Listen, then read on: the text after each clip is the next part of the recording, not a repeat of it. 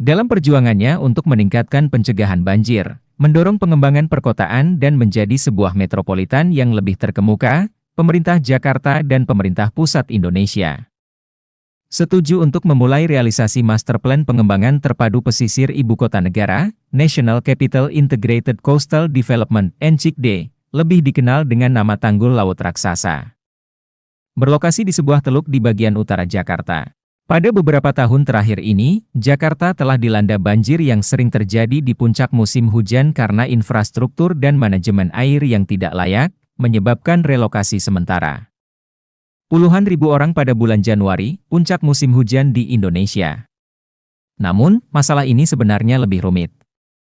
Permukaan tanah Jakarta mengalami penurunan antara 7, 5, 14 cm setiap tahunnya karena ekstraksi air di bagian tanah dalam dikombinasikan dengan tekanan dari gedung-gedung pencakar langit di Jakarta.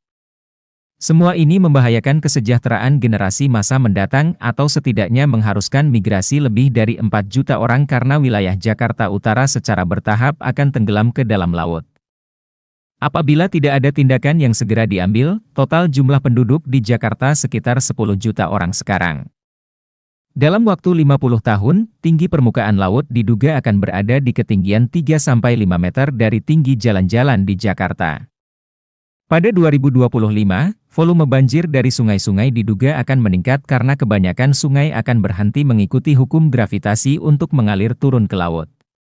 Sekitar 40% wilayah kota ini telah berada di bawah permukaan laut karena penurunan tanah sekitar 30,5 cm per tahunnya.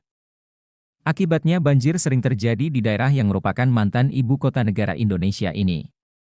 Bahkan, menurut studi yang dilakukan para ilmuwan di Nanyang Technological University, NTU, Singapura memperingatkan bila pada tahun 2030 sebagian besar wilayah Jakarta tidak bisa dihuni manusia lagi.